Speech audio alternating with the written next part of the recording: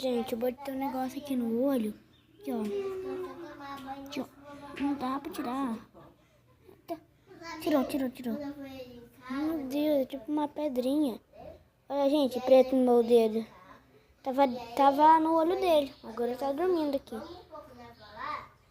Ele tá com uma feridinha no corpo aqui, ó. Aqui, ó. Aqui tá caindo o pelo dele. Que nem a cachorra da minha tia. Mas o Martin tá cuidando dele. Ele tá tomando xarope. Então tem que tomar mais cuidado. Senão vai acabar dando ruim. Então eu vou chamar o Martin aqui, ó. Tá lá no quarto. Esqueci, gente. Ele tá viajando. Mas tá tudo bem. Hoje é o meu primeiro dia de babado do banho.